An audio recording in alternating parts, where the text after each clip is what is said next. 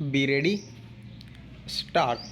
Sir, the Essential Commodities Act was passed 5 years ago, and when the minister yesterday came with an amending bill, we expected that he would give us a brief report on the working of this measure for the last few years. But unfortunately, we are kept in the dark in regard to the exact working of the act and the nature of the difficulties the minister is facing. Sir, as far as I know, many of the provisions of this enactment have been observed more in violation by his agent at the state level. The food minister may be very earnest, may be very able to, and may be anxious to see that the various provisions of the act are implemented in the most effective manner at the state level. But unfortunately, his agent at the state level are not equally enthusiastic or equally anxious to observe the provision of this enactment. The most important objectives of this enactment are to control the supply and distribution of commodities and the maintain a stable price level.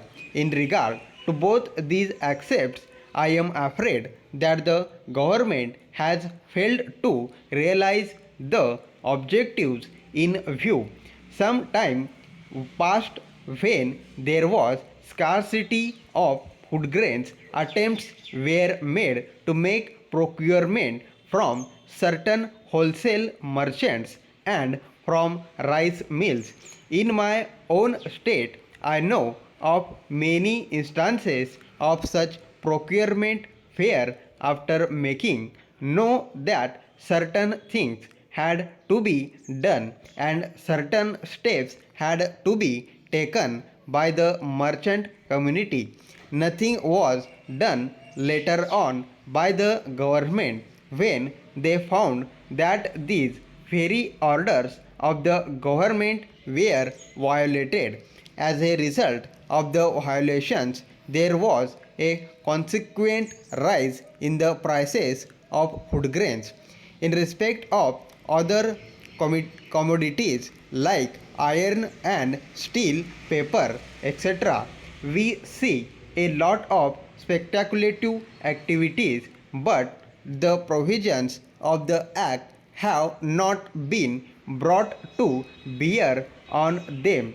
Perhaps no case of prosecution was launched against those people who contravened the various provisions of the Act. We are interested to know in how many cases the government have taken steps to prosecute individuals who have violated the various sections of the Act.